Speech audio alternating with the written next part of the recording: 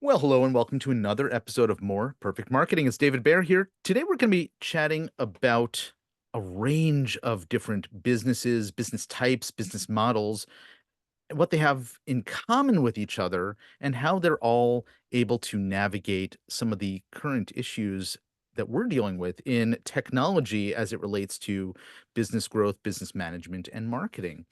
And to help me through this conversation is somebody who's at the epicenter of the businesses we're going to be talking about, somebody who's actually currently in the role of professional marketer, but wears lots of other hats. He actually started out professionally as an attorney, and I think still a member of the bar, Right. um, but has found an opportunity to capitalize on what he learned as he was growing his law practice through marketing activities and expand that expertise into helping others and ultimately building out his own digital marketing agency. I'm talking, of course, about today's guest. That's Clayton Patterson, who's joining me from just north of Orlando, Florida. Hey, Clayton, how are you?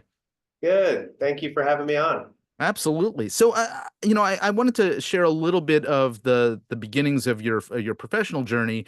You actually shared in the advanced info that you sent over that you've actually been doing marketing related activities and business related activities since your teens. So maybe we can start there and talk a little bit about sort of um, the places you've been and the places that you plan to go. Absolutely. So it first started probably early teens. I think I was just born and bred entrepreneur. So as a young kid, I was always trying to sell lemonade or do anything to have, additional revenue streams. And so in high school, it formally, came to a crossroad of launching some lacrosse camps for kids. And it was Mhm. actually something that started more as a project, but turned into, us needing to get incorporated, having legal documents in case kids got hurt. So that was my first, interactions with attorneys and protecting a company, right? All the way to marketing systems, more at that time, it was boots on the ground marketing towards different athletes and parents and stuff like that, really trying to understand, is the target market at that time the actual campers or is it the parents, right? So that got me just interested in becoming an entrepreneur. And as I, navigated through undergrad and then through law school, I came to, another crossroad that was I wanted to start my own company, start my own law firm. And from there, once I built out that website and started marketing myself, had a lot of friends and family asking, hey, can you build us a website? Can you manage my YouTube ads? Can you manage my Google ads? And I said, well, this is way more fun than reading contracts all day. So yes, let's launch digital space marketing. And so that's the sandbox I've been playing around in the past few years. And it's a fun space to be in as an entrepreneur and as a business owner. You started out, it sounds like being self-taught, but I see, that you've actually done some studying under some great programs out there and got certified by some of the leaders in the online marketing space. And I wonder, where you saw the opportunity to transition from just helping folks out to really getting rolling up your sleeves and getting into the nitty gritty of what it means to have systems around marketing. How did that come about? Yeah, I think really a big lesson for me has been just surrounding myself with people who can elevate my thinking. So when I first launched the business, um, as any small business owner, the business is you, right? Until you hire that first employee, until you build those proper systems, um, the business comprises mostly of just that solo entrepreneur at the time, right? And so when I was looking, to scale the business, I really needed systems. I really needed to hone in those skills. So going to HubSpot Academy or SEMrush Academy, even some Google, courses, I developed those skill sets with the hopes of, teaching team members, bringing them on. And so I think I had my first client. I kept all the money. once I got 2 clients, I split the money in half and hired my first employee, right? Mm. So I would have loved to make double the money at the time, right? But I wanted to really start developing and learning how to coach others, how to build others around me up and develop their skill sets, because that seems to be the number one skill set of a lot of successful leaders, right? Their ability to influence people, their ability to build those up around them, and their ability to hire people who are smarter in those verticals. So for me, being self-taught in a lot of these digital marketing verticals, um, once you start getting into the weeds on, let's just say, a Google ad, you realize that it just goes much deeper. So I realized, hey, while these courses and classes have been great for me to learn and develop my own skill set, I now need to bring experts in who solely focus on those verticals of digital marketing, just because each subject just does go so deep. So, which makes total sense, and if you think about, books like Good to Great, or some of these other books that talk about what the foundation of great leadership is, right? Surrounding yourself with people who are capable of supporting a vision of the leader makes a lot of sense, and but a good leader understands what each of those roles is responsible for doing. So I think that's a great way to sort of um, intentionally build out the businesses and the environment around you as a leader in multiple organizations that you're now leading. So I I want to I think want it, to oh, sorry. go ahead. I was going to say I wanted to speak to that in light of like some of the things that you're doing beyond the agency. Mhm.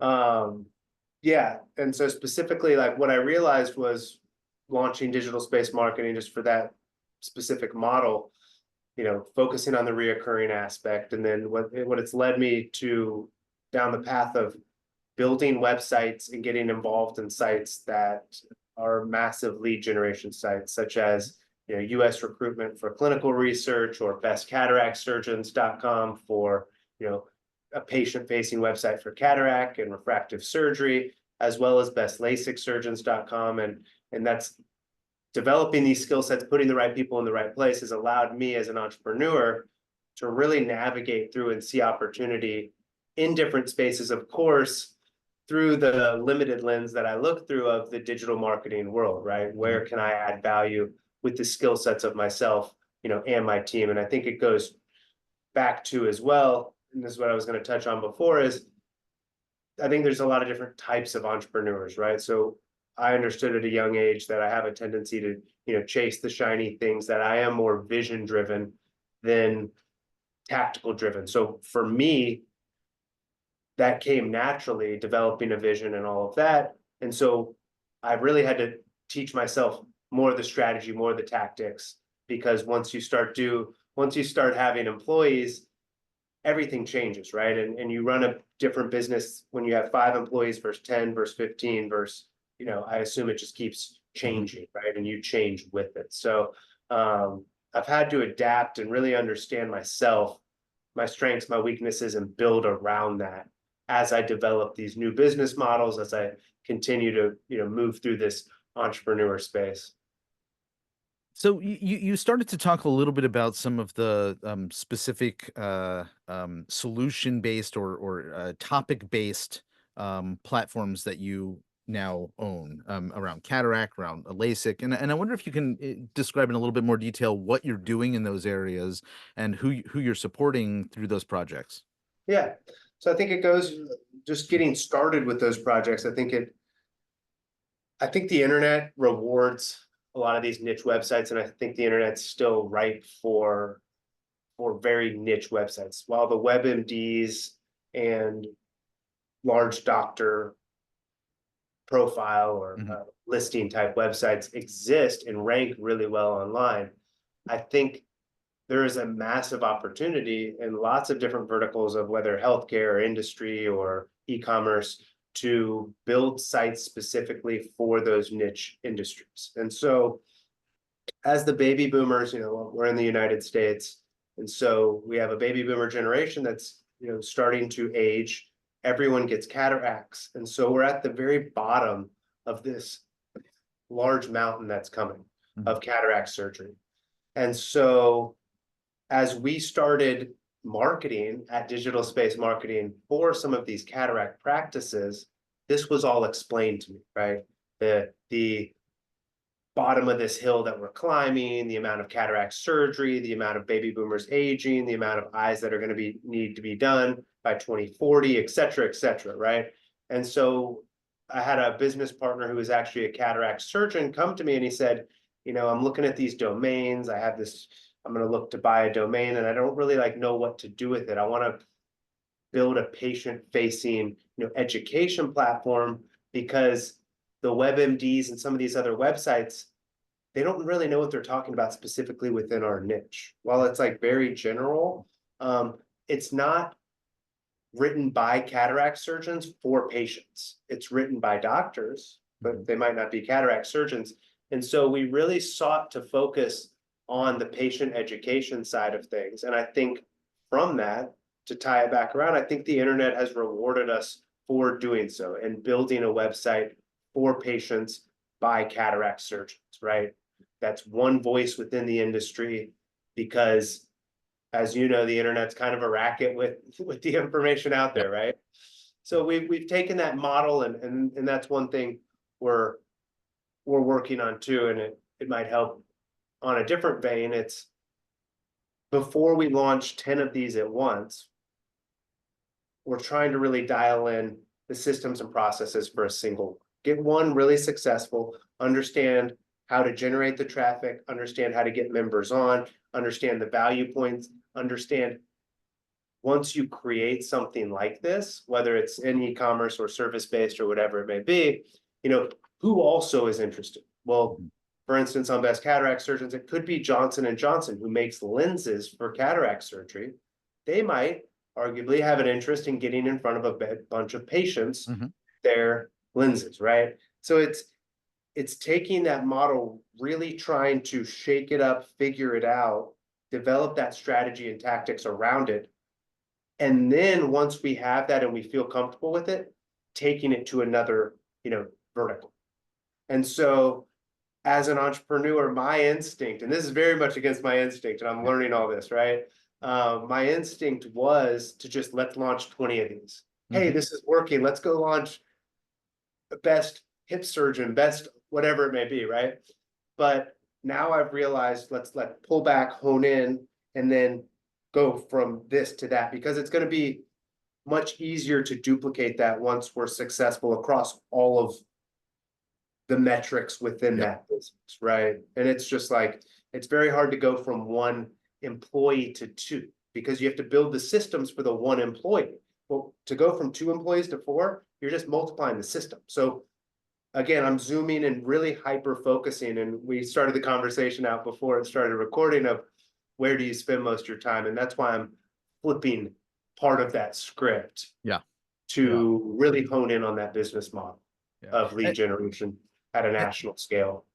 I appreciate the focus on figuring out the systems, getting them to work effectively, and then either, you know, um, duplicating them in a different vertical, or then figuring out how do we build on top of this by adding the team members to work that system.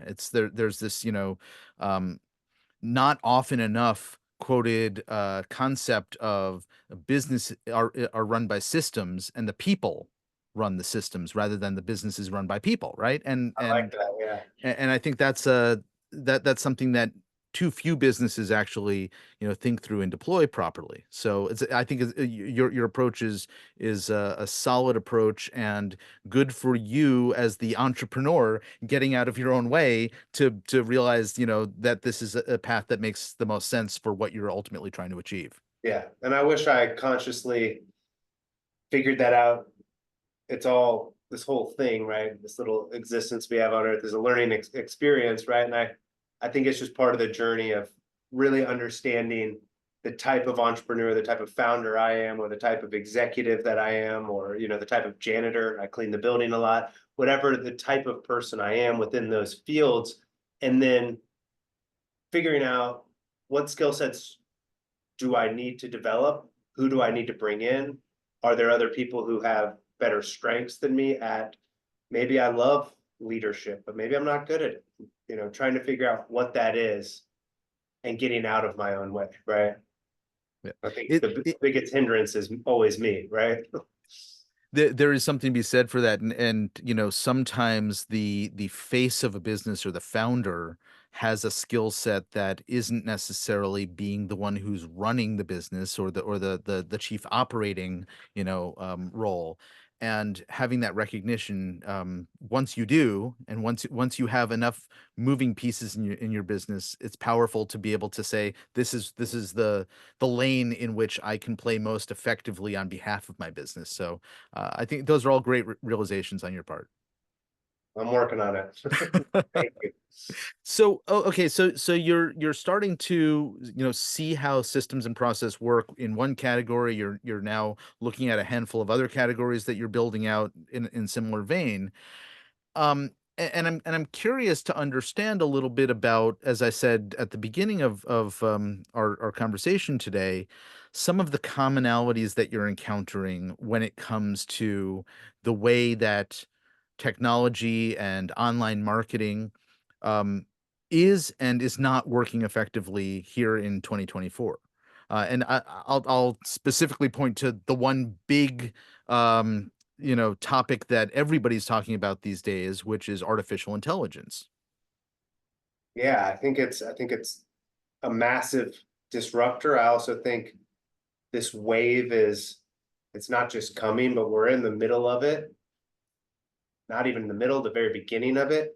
And I think, I like the Tony Robbins quote. I forget exactly what it is, but I've heard him say it in videos or in person.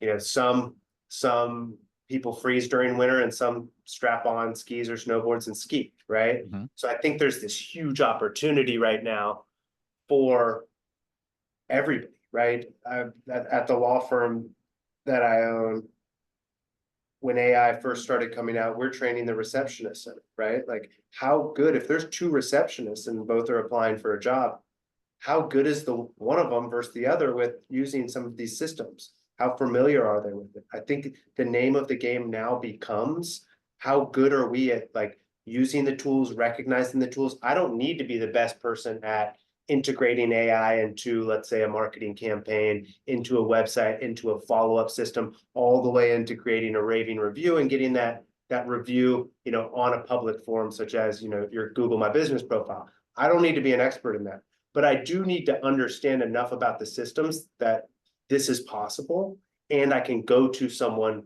who is an expert and who can build that system out for one of our clients. So I think, we're we're still at the agency, and me personally, stuff's moving so fast that it's honestly kind of hard to keep up with. Every time I pause to try to build out an AI system or an AI SaaS model or something for some of our clients, let's just use HubSpot, for example. Like, oh, I want this integration into HubSpot. A few weeks later, HubSpot already has that integration and they have AI built into it. So it seems like all of the companies, if you're on Meta or Facebook, now they have the AI through Instagram and all of that. It seems like every company is now building it into our lives, and it's chatting with, I'm wearing a Whoop. My Whoop's now asking me to connect with my Fitness Pal to log my food in, and now it's connecting with Facebook to start suggesting restaurants based on my eating habits that I've logged, right? So all of this is now connecting and talking to each other. Mhm. So it's trying to figure out, how can I take what's already built and put it into a system to bring to market, or to use for my own company to scale, to grow, to make things more efficient, to, make the culture better. How I think there's a lot of different use cases and things we can use this technology for. I mean, there's of course the business aspect, but one of the very first things with AI I did was work on my gratitude, and Mhm. have it summarize a ton of different gratitude books and take practical. I didn't want to make gratitude complicated. I just wanted like a few ideas, and I wanted to understand gratitude from a Christian perspective, from a Jewish perspective, from lots of different Mhm. world religion perspectives, and then understand it from some of the philosophers, etc. And then help work through that. So there's a lot of just different use cases depending on what we're trying to do and how we can apply AI Yep. to get a certain result that we want. And I know that's kind of a off on a tangent of random thoughts coming Yeah. in. I speak out loud. But I think there's just a lot of opportunity for people. I think there's going to be people out there freezing to death, and I think there's going to be others, probably, you, me, people who are already having the conversations, who are already using it, who are just trying to figure it out. Something's going to happen and something's going to break. It's not going to be Yeah. easy, of course, Yeah. but we're going to strap those skis on and slide down the mountain and have fun. And I Yeah. think there's a massive opportunity right now. If you're paying attention, if you're willing to put in the work, if you're willing to be uncomfortable, if you're willing to, spend your weekends or your after hours learning this technology, maybe you have a 9 to 5 and, you don't have the time during the day to do it. But I think it's turning into a world of how good are we at recognizing the systems, using the systems, and integrating this into our lives. So, and I think your point about the embracing it personally outside of business is also, I think, to a certain extent, makes it more accessible for people who are trying to figure out what do I do with this. If you can crack the code in terms of where to apply it in something that you're trying to solve personally, then you can say, okay, I did that. How do I now apply that to a business related problem? And it's a little bit easier because you're more comfortable in the environment. And that goes, Absolutely. I yeah. think it's I think it's at this point, you know, a lot of people just need to get started with some of it too, Mhm. and understand it. And it's definitely uncomfortable. And I think in August 1st, I'm teaching in person here in Orlando at a country club. I'm doing a presentation on AI towards just the average person, how we Mhm. can use it to plan vacations, how we can use it to have better conversations with our children, how we can use it to be more grateful, how we can use it to pick restaurants on a vacation, whatever it may be. But how can, and I think of, I'm 35, my mom's 70. Hopefully she doesn't hear this. I don't know if she's 71 or 70. In her Um, 70s. Uh-huh. she's in her 70s, 60s, let's say, just in case. So I look at that as like the target audience for that. She's not, if we just talk basic about Mhm. the large language model chat GPT, she's not using this in her daily life. She's Yeah. using the internet to research things. She's doing that type of thing. But how can she use this, and what would she use that for? So for that specific presentation, I'm thinking of really her as the target audience with, you know, how can we basic, in a very basic manner, use this to enhance our lives? Because I think a lot of people are scared about it. I don't think a lot of people want to use it. I don't think a lot of people, I don't know what percentage of the world has even used chat GPT, for Mhm. instance. Probably not. I don't think I don't think it would be in the 90% range by any means, Yeah, right? well, there's something like it's in the hundreds of millions of monthly uses, but again, that's still a fraction of the planet. So 8 billion people, yeah, yeah. yeah. So I think there's a big opportunity just for everyone, whether they're in the business world or not, Mhm. to be using this stuff. And it's obviously a disruptor. But again, I wasn't around. I was born in '88, so I wasn't around for really the .com, the internet boom. Um, while I started building websites at 15, I still missed a lot of opportunity in the space, right? I could have bought KobeBryant.com, MichaelJordan.com during the domain, phase, and really made a lot of money. And I think there's opportunities now with AI, right? Yeah.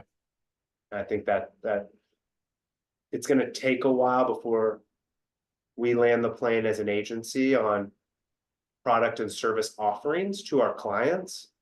But as we start to use it more, as we start testing it with clients, as we start developing case use studies and all of that, I'm pretty confident that opportunity will come out of that, right? Yeah. In the form of adding value to the market and then getting paid for that value. This is certainly a topic there's a lot of buzz about. That said, everything that we have the opportunity to do with this technology, as is the case with, marketing automation tools and any other technology that's related to business growth and retention of revenue, is based on foundational principles. And that's something that I think you share a bit about in terms of just core foundational concepts in some of the education that you do with business leaders. You have a book that really covers some of this as well, and I wondered if you might take a couple of minutes to talk a little bit about what you're addressing there in terms of just foundational principles of business growth. Yeah, well, I appreciate the question. And yeah, I think the book title really summarizes it, and it's blast off what executives need to know about digital marketing. And I look at it as, I tried to write it as timeless as possible. One, just because the systems, names of businesses, Meta, Facebook, all these things change Mhm. constantly, right? Social media networks pop up, they go down.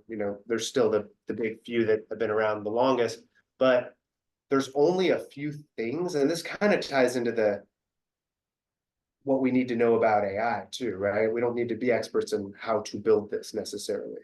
Yeah. Um, but there's only a few things CEOs and executives, or C-suite executives, need to know about digital marketing. And it's not how to build a Facebook ad, how to integrate HubSpot CRM with an auto texting, sales funnel into a review management system. They don't need to have that skill set, right? Mhm. But they do need to understand certain metrics, certain KPIs, basics of SEO. What are, if we're just talking to a CEO or executive, what are your top 10 keywords driving organic traffic that are non-branded to your website? What does that even mean, right? So there's only a few things that they need to know to hold others accountable, such as an agency, such as an internal digital marketing team. Mhm. And so it was really written towards that audience with that lens of reading it, whether you jump into just a chapter or you read it cover to cover, you would be able to have high level conversations about, hey, what are our top three? How many keywords do we have in the top three organic positions that are non-branded? Well, if a CEO executive reads the book and they ask that question to their digital marketing Mhm. company or their digital marketer, that's probably the first time they've asked that question. And I think Yeah. the agency or the internal team will look at them and be like, whoa, what article did you read? Where did you get this information? How are you even, able to ask that question, right? And so the goal is just to hold others accountable and to really understand from a 60,000 foot view the digital marketing landscape and what tools are available inside the quiver of, hey, oh, we're on Facebook. What can we pull out and what can we deploy to maybe advertise, maybe to check our quality of the ads, to check the time on site, whatever it may be, whatever metric we want to look at, what we have available to do. And so it's been an exciting book launch, and the receptiveness from the marketplace and from CEOs and business owners has been really overwhelming in a positive way. So that's been exciting. Yeah, I think, what you're covering there are very practical elements of marketing and managing marketing when it comes to digital stuff from an accessible place, a place where Yeah, they can go, "Oh, this is not just the vanity stuff that everybody has thought about or the inconsequential, metrics that they've, been paying attention to when in reality, they're not thinking about the thing that actually leads to the sale or not looking at the, I don't know, the most valuable channels or the most, even though something costs more to get the lead, that's the one that converts the most, right? And so you're helping inform them about some of the things that they probably should be paying more attention to. absolutely. And I mean, I think it's kind of similar to the AI. It's kind of Mhm. similar to anything, right? If you don't work out and you go into a gym, it's super overwhelming. I during COVID picked up working on my piano skills, and it's very overwhelming to sit at like a piano and like you get overwhelmed and you hit this like this muse, this wall, Yeah. right? That you have to kind of fight through. And I think for most, you know, high level 40 plus CEOs, executives, some concepts of digital marketing are very foreign. I have a lot of conversations with people, not you, but with people who don't believe the internet's still here, don't believe that people search the internet. And I'm like, hey guys, it's the World Wide Web. People use the internet to find companies like you, whether it's, a phone case or whether it's a CNC machine, whether it's a digital marketing company, whether it's a digital marketing coach like yourself, right? People use the internet to find them. And so having that conversation sometimes is a little frustrating of having to convince someone that the internet's here. And so I think the concept of uh, technical marketing is even Mhm. more foreign to that type of individual. And so I'm really just trying to, expose them, just like I've been exposed to the piano of, hey, let's just focus on these few little notes, this pattern right here before we, don't think about, uh, writing a symphony yet. There's steps to it, there's levels to it. And right now I want to expose the audience to these concepts and then let them know that each one goes very deep, Mhm. right? And they don't need to be experts in all of that, but at least now they can have a conversation with experts about the subject and feel confident, in their ability to do so. I love it. And for folks who are interested in finding that book and finding out more about you, it's there front and center on your eponymous website, claytonpatterson.com. And what else can they find on that site if they head over there? So there should be a few podcasts from people. We're building our podcast studio out here, so I haven't released any of our episodes yet Mhm. from our podcast, but there should be information on the book, resources from the book, lots of worksheets like that, some podcasts, and then I'm working on now um, really taking everything from the book, consolidating it, creating lead magnets, of course, in the digital marketing world, free uh, free information guides that I can exchange with, visitors of the website for emails, names, add them into the Mhm. marketing funnel and start, working through things that way. Well, brilliant. So I highly recommend folks head over there, claytonpatterson.com. We'll have a link in the show notes as well. There's at the very least, a solid demonstration of how to do it well. But hope they'll also pick up the book. Clay, this has been a fantastic conversation. Thanks so much for hanging out with me. Yes, thank you, David. I appreciate the time today. Indeed. Folks, you've been listening to More Perfect Marketing. If you know somebody who can benefit from listening to the conversation you just heard, please share this with them. Until next time, I'm David Baer. Take care.